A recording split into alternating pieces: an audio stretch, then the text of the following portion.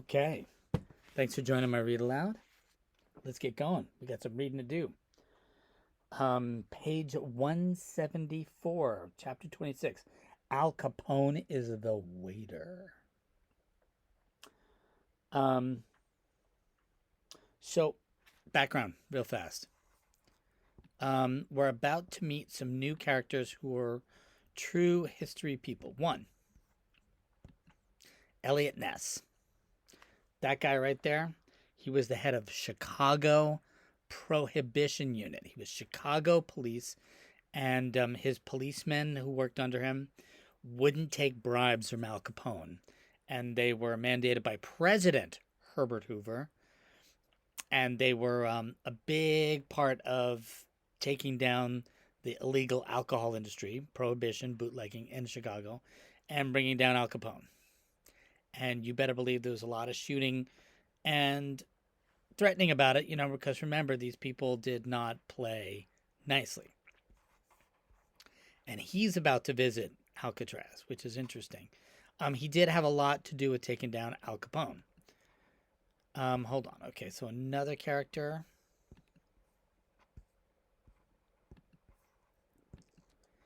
J. Edgar Hoover, head of the FBI.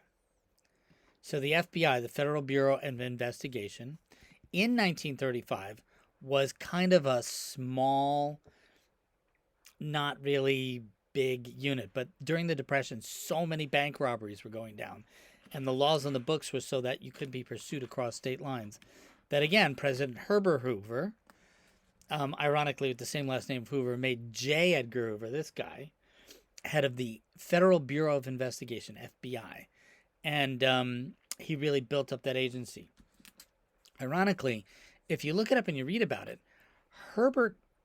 J. Edgar Hoover, head of the FBI, and that's a Thompson submachine gun in his hand, what the bank robbers and Al Capone people used to like to use.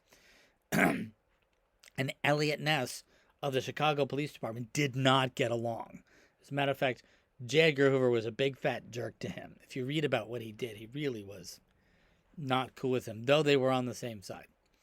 So these are the two people we're going to meet, and let's see how true to life this could possibly be, because they were both pretty instrumental in building this tax evasion case, but also breaking up the prohibition network of Al Capone. Okay. They're pretty interesting characters. Let's leave Alcatraz in the background instead of those guys, okay? All right, let's get going. Sunday, September 8th. The warden is out this morning, and he's making sure everything looks just so. He had the black Mariah, that was the big car, polished up as shiny as patent leather.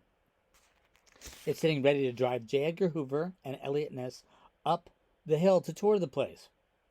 The dock itself was scoured, the undesirable scrubbed with bristle brushes. The stink of moss and rotting algae had been replaced with a good smell of clean laundry and ivory soap. You'd think Hoover and Ness were royalty the way Orden was acting. My dad spends half an hour polishing his badge on his hat with special cream my mother brought in San Francisco. And then he starts on his shoes. You're looking good, I tell him, but not as good as Capone does them. Yeah, any idea what his trick is, Moose? Couldn't venture a guess. My mother's going to wear a brand new rose-colored dress that the Cons made for her in the tailor shop. They did a nice job, didn't they, Moose? Though I guess I shouldn't have I should have given you a chance at it. Cam, did you know that Moose likes to sew? That's Mrs. Bomini, Anne's mom, says that because Moose likes needle points because he's nice about it. I do not, Mom. Cut it out. That's not what I hear. Annie's mom says she's got a knack for needle and thread. She did not say that. Oh, yes, she did. Thinks you have a hidden talent you're just afraid to show. Mother's just so embarrassing sometimes. Before Natalie got accepted at the Esther P. Marinoff, my mother would never have kidded me this way. Things are changing. They really are. After my mom is done ribbing me, she heads for Beatrixel's, where she spends half the day getting her hair done.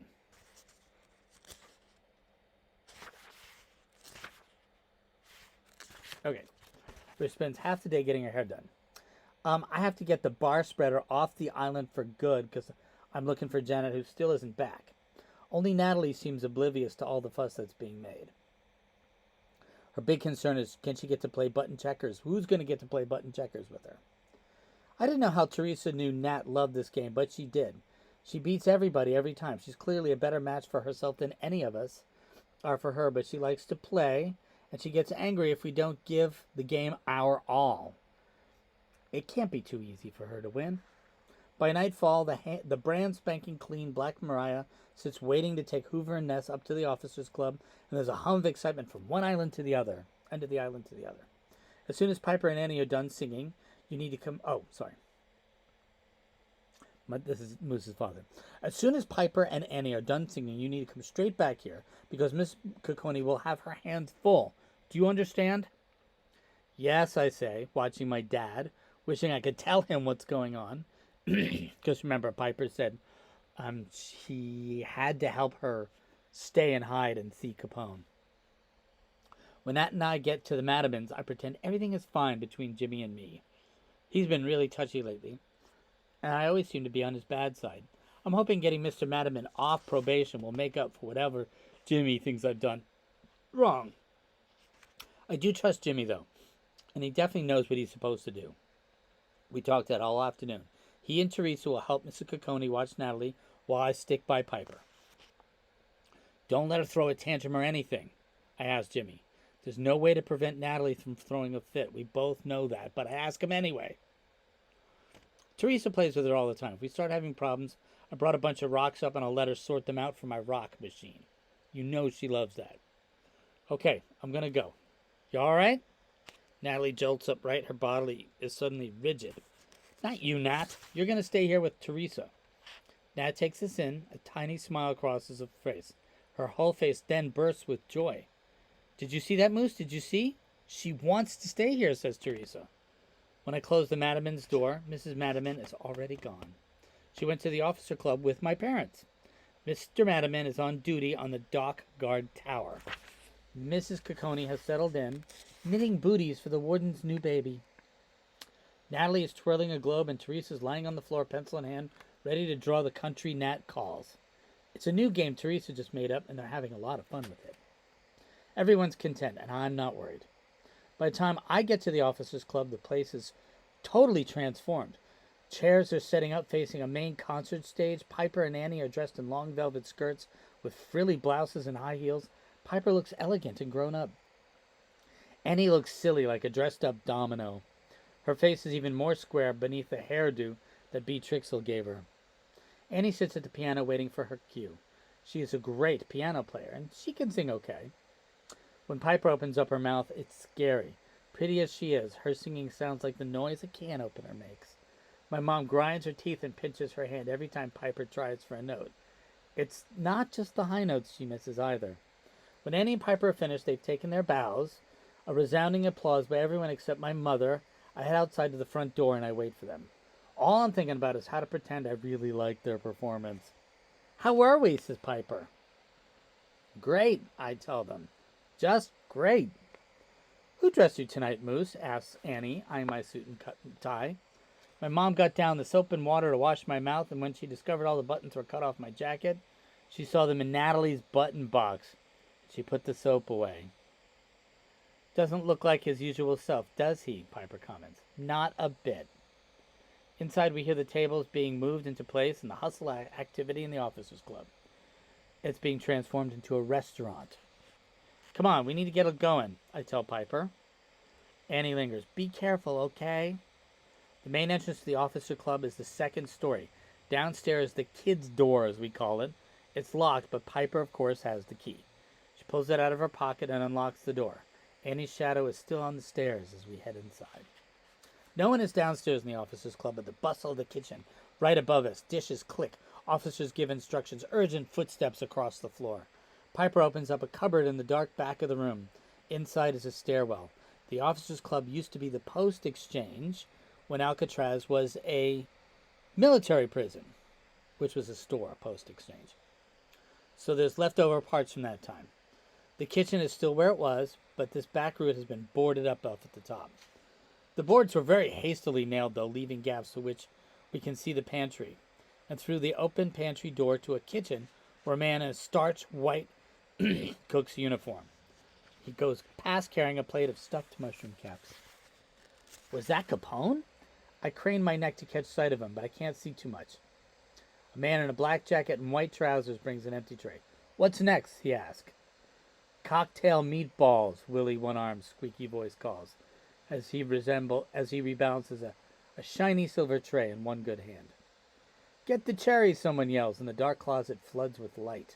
Piper grips my hand. Her fingernails dig into my palm. Officer Bamini bends down in front of us, searching the shelves. I hold my breath, but Bamini's only concern is locating the maraschino cherries, which he finds. When he leaves, he shuts the pantry door tightly, and everything goes black. We need two, somebody yells. And just as suddenly, the door opens again, but we see the whole array of servers waiting to carry food. None of them look like convicts, dressed as they are in white cooks' uniforms or black dinner jackets like the waitstaff of a fancy restaurant. Something is making my nose itch. Dust or the smell of garlic. The urge to cough tickles the back of my throat, and I grind my teeth, catching the cough in the back of my throat. I swallow just as the Bomini's hands finds the cherries and grabs the jar. He's in a rush, and he doesn't really look. This time he leaves the door open wide. Number 85, you're on. This is your moment. Officer Trixel's voice bells out. Piper squeezes my hand for a second. It seems nice to be standing so close to her as we strain to spot Capone in the bustle of waiters. He looks dapper in the black and white waiter outfit. His starched shirt pulls across his belly. His dark black hair curls slightly around his ears, as if the barber missed a strand. I see his scar as he gathers up the plates. One at a time, says Trixel. Let's do this up good. The warden first, Hoover first, then Ness. Why not carry those two together, Officer Bamini suggests. It's then that we see him full on, almost as if he's coming towards us. He spins, and there's a jagged scar in perfect line of sight of the pantry. Quick as a flash, he hawks up a good bit of phlegm and aims it straight for the potatoes on one of the plates, then the other. Smoothly, as if he's done this 100 times, he switches both plates to one hand, with an index finger, swirls over the top of the mashed potatoes with a finishing twist. So he spit on the potatoes, and they saw it. Got a problem, 85? Associate Warden Chudley asks. No problem, sir, just getting a good hold, Capone reports as he balances one plate on the flat of each palm and carries them out with the confidence of a man who's been waiting tables his whole life. Come on, Piper whispers, tugging my hand. Back down we go the stairwell as quiet as we can to the deserted first-floor bowling alley of the building. Piper pulls me the other way. 20 minutes, remember? It hasn't been that long. It has. We gotta see this, says Piper. No. I won't let Piper manipulate us. No, I say. We can't argue here. She yanks me past the single bowling lanes. There's a bag of boxing glove pool cues and up the open stairwell. Piper, I said no. You don't understand how much this means to me. My life is over. This is all I have. I can't tell if this is real or performance. Either way, I'm in trouble. Don't be ridiculous. It's true, you don't know. Come with me or I'll scream right here. I stand my ground. She takes a big breath. The scream starts low like a whisper. Wait! We stare at each other. Inches apart but different side of the universe. Okay. I concede. The main stairs are strangely quiet, like the movie theater aisle once the movie began, but at the top she pulls us into a large, formal coat closet that's now full of everyone's best coats. My stomach clenches when I see Mrs. Bamini's sweater with needlepoint flower sewn on, Beatrix's beaver coat, my mother's best white coat. I won't be caught here. I spin around, but when I look back at Piper, she has her mouth open wide like she's going to scream. I follow her obediently. I can't stand how Piper manipulates me. I would never do this if I wasn't being forced, but I have to admit, there is a thrill to being here, too. This is the closet where the post office used to be when Alcatraz was an army post. Under the coats are mail slots that give us a glittering view of the whole officers' club, clear across to the tall windows that look on the black water and the sparkling lights of Berkeley in the distance. Wow. So they can see out the windows and see Berkeley in the distance. Wow. The room is set up to look like a fancy restaurant with short, starched white tablecloths over black floor-length cloths. Each table is set with crystal wine glasses, water glasses, dessert bread plates, 3 forks. Warden Williams is sitting right next to J. Edgar Hoover. Hoover is a mean-looking man with busy eyebrows. On the warden's side is a dark, young-haired man with a smooth face and hair part in the middle. That's Ness. My mom and dad, Bea and Darby Trixel, the Chudleys, are also at this table. Where's your mom? I suddenly ask, realizing there's no seat for Mrs. Williams. Shh, says Piper. Everyone's talking in breathy, animated party voices. I can't hear what they're saying, though. I can see from their gestures they're all cozying up to Hoover and Ness. Bea Trixel, her platinum blonde hair today, the exact color of May Capone's, is watching Hoover. Even my dad is nodding to Ness as if he wants to say something incredibly clever. Capone will serve Ness first. You'll see, Piper whispers. Capone walks slowly but purposely. He's testing his new shoes. His face is the picture of submission as he follows Officer Trixel. His hand twitches for a second in front of Ness, and I wonder if he'll turn over the dinner plate and grind it into his hair. But he doesn't. He smooths out the tablecloth, and he puts down the plate with a flourish. Capone does it up, everything short of a curtsy. Then he stands at attention, his heels click together, watching Elliot Ness dig his fork into the spit-filled mashed potatoes. The warden smiles his approval. His prize pig has shown well, that's Capone. Okay, we saw it. Let's get out of here, I say.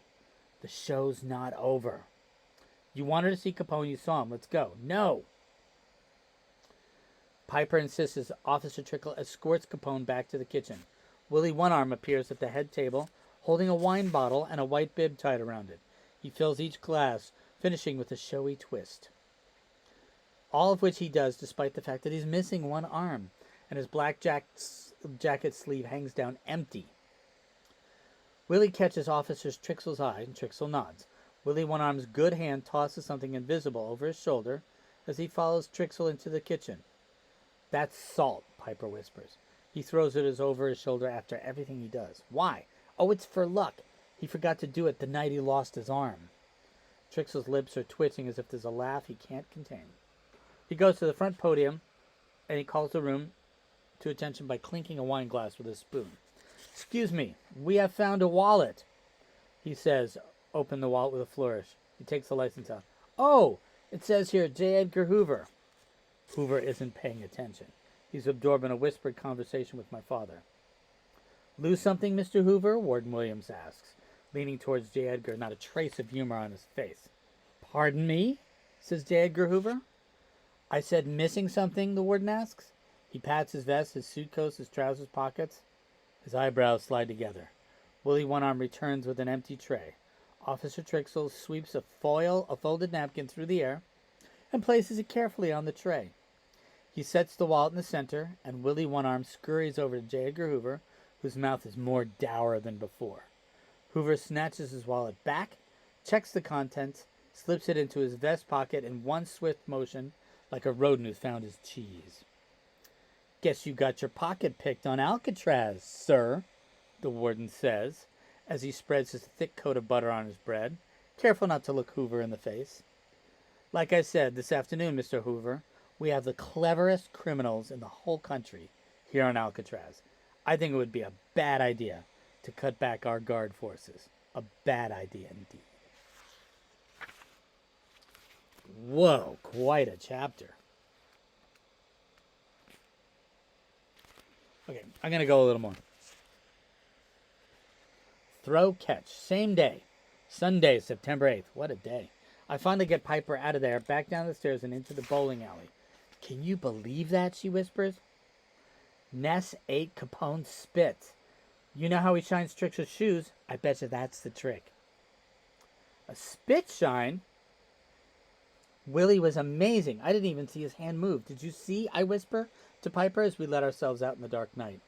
As the cold air hits me, I suddenly stare stupidly at Piper. How are we going to get back to 64 without the guard in the dock tower spotting us? Why didn't I think this through? Piper can't make these kinds of mistakes. Piper can make these kind of mistakes, but I can't. How are we going to get back? We could shimmy down the wall and walk in the water, says Piper. Madaman will shoot us. He thinks that we're escaping cons. Maybe, maybe not. I roll my eyes. How could she be so blasé about this? It's almost like she wants to be caught. We could throw a rock over in the wrong direction. Madaman will point his guns on that spot and we'll run, is what I say. Throwing stuff, that's your solution to everything, Moose? Isn't it? Do you have a better idea? No. A sheet of sweat forms on my forehead. I stand here and wait till my father comes out. I have to get back to Natalie. We stare at the guard tower. We can probably get behind my dad's electrical shot without Madaman seeing us, but once we get close to 64, there's no way to get back without being spotted. Or is there? See, I don't know if you can see in that picture right over here. There's that big empty parade ground. That's what they've got to get across. And I don't know if you can see, like, sort of the edge of the 64 building is sticking out on the lower part of that parade ground. So that's why they be seen from the guard tower, is because it's just, out in the open. We got to pretend we're supposed to be here, Piper says. Let me handle it. She darts across before I can stop her. Within seconds, Madison's high-powered searchlight finds her, and I scuttle out to where she's standing. Piper? Moose? What are you doing down there? Madaman calls from his bullhorn. Just coming back from playing for Mr. Hoover, Mr. Madaman. Thought you were done earlier. No, sir, Piper says. That right, Moose? Madaman calls down. Yes, sir, I say weakly. Okay, then. When we arrive at the Madamans, Piper cracks a big smile. I am so good, she says. Who? Do you ever feel ashamed? I wonder as Mrs. Capone pounced on us, her face red and shiny with sweat. Do you have her? Mrs. Capone says. Who? Have who? But I already know the answer. Natalie. I can feel it in the tightening of my belly and the dizziness in my head. I don't know what happened, Moose. One minute Natalie was here, the next minute she's gone. Jimmy and Teresa are out looking for her, but you know where she'd gotten into? You would.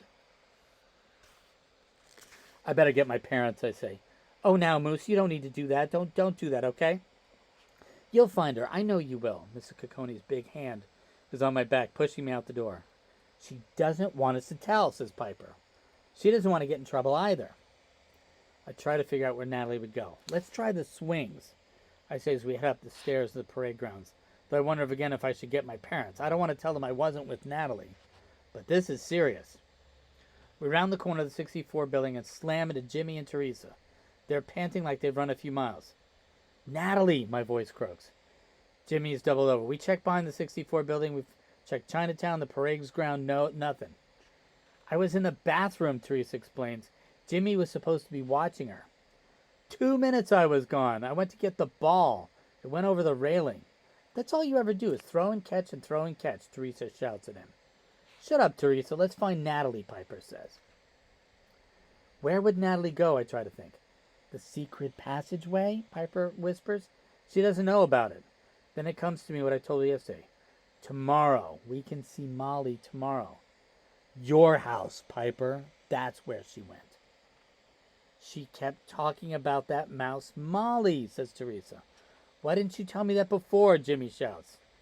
Don't yell at me. I didn't think of it. I'm already running up the steps with Piper right behind. Madaman can see us here too. Only not as easily as clearly, but right now I don't care about Madaman. We have to find Natalie. We tear up out of the guard's tower sightlines and take the shortcut to Piper's house. At least Passman won't be at the warden's house. They'll be down, at the officers' club. Thank God they don't work at night. When we get to Piper's doorstep, catching our breath, Piper pulls open the door, slips inside, and slams it in my face. Wait here. Hey, I shove open the door. No, she squeezes it shut again. Piper, I pound on the door and I yell. I run around to the back door and shove myself against it. I almost fall into the kitchen. A bed has been moved inside the large kitchen, along with bags of fluids and containers of pills. Mrs. Williams is lying on the bed, a thin cover over her enormous stomach, her skin gray, the smell of overripe peaches hanging in the air. Doc Ollie's sister is running a washcloth across Piper's mom's forehead, Mrs. Williams. Moose? Doc Ollie stands up in surprise. I found her. She's here, Piper yells from another part of the house. Relief shoots through my system. I duck out the back door, but not fast enough. Piper has run around the house looking for me. She sees me come out of the back door. I told you not to go in. Natalie comes from around the house. Natalie, I say, so glad to see her. Piper shouts at me, I told you. Yeah, but I mumble, staring down at Piper, whose face is lit by the glow of the moon. Stop looking like that, she shoves me. Like what? Stop. Piper's nails are ready to scratch my eyes out. My mom is fine. Buddy says so. Okay, I whisper. It's quiet up here, a world away from the party below. Only the sound of the night crickets and a distant boat horn. Piper, though, looks as she might burst. I believe you, I whisper in my most soothing voice. She lunges at me again. She is! Okay, all right. I lift my arms in the cool night, but tears start streaming down Piper's face. I told you to stop looking that way. She's fine, Piper sobs. She's going to have a baby, that's all. Piper has crumbled like an empty dress. Say it, she cries. She's fine, Piper, I tell her. Natalie is rocking from one foot to another, her eyes scanning Piper, then the ground, Piper, then the ground. Piper's eyes spit like bacon on the griddle. You think you know everything, but you don't. Everyone hates you, Moose. Everyone hates you, Moose, Natalie repeats. Not Natalie, not me, Natalie mutters, touching her chest. That's her new thing. She can use pronouns. Piper ignores Natalie. Jimmy does. You treat him like an imbecile because he doesn't like baseball. I don't treat him like a... Why do you think he's trying so hard to learn to play? Annie's teaching him. And Annie, you only like her because she has a great throwing arm. There's a lot of things I like about Annie. I still trying to use a soothing voice.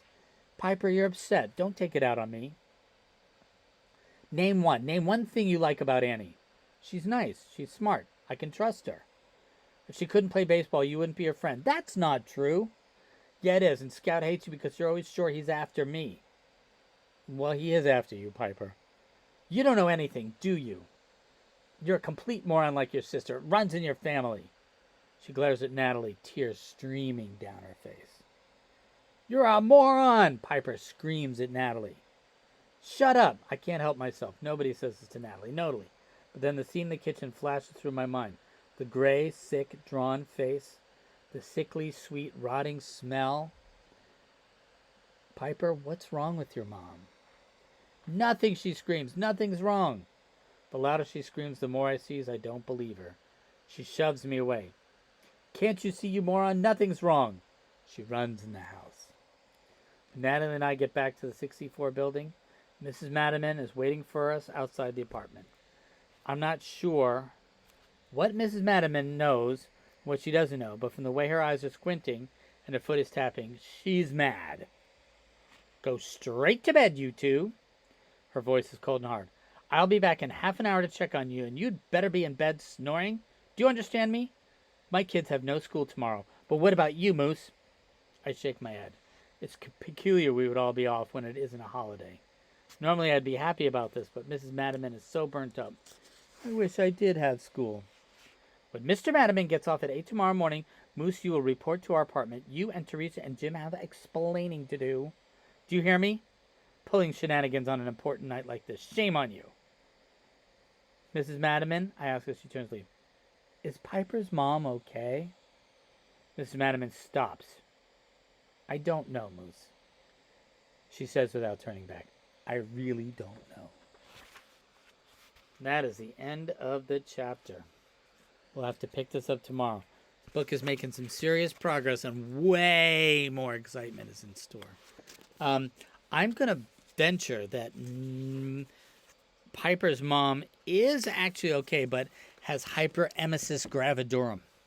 Now, I know that's a mouthful, but hyperemesis is a condition in which your pregnancy hormones, and there's a lot of hormones going through your body when you're pregnant, make you nauseous and sick to the point where you can't eat. And people don't know a lot about this now. The recent Princess Kate, Prince William's wife, she had it bad and it was bringing it to light. But literally, these people have hyperemesis, throw up so much their entire pregnancy. they become weak and sick and gray, and you have to give them IVs and stuff. And I bet you that's what's going on with Piper's mom, is it looks like death and it looks serious. But then, the minute the baby's born, boom, it's over. Like that fast. I bet you that's what she has. But that was quite a scene. And Piper, she is something else. Okay, more tomorrow.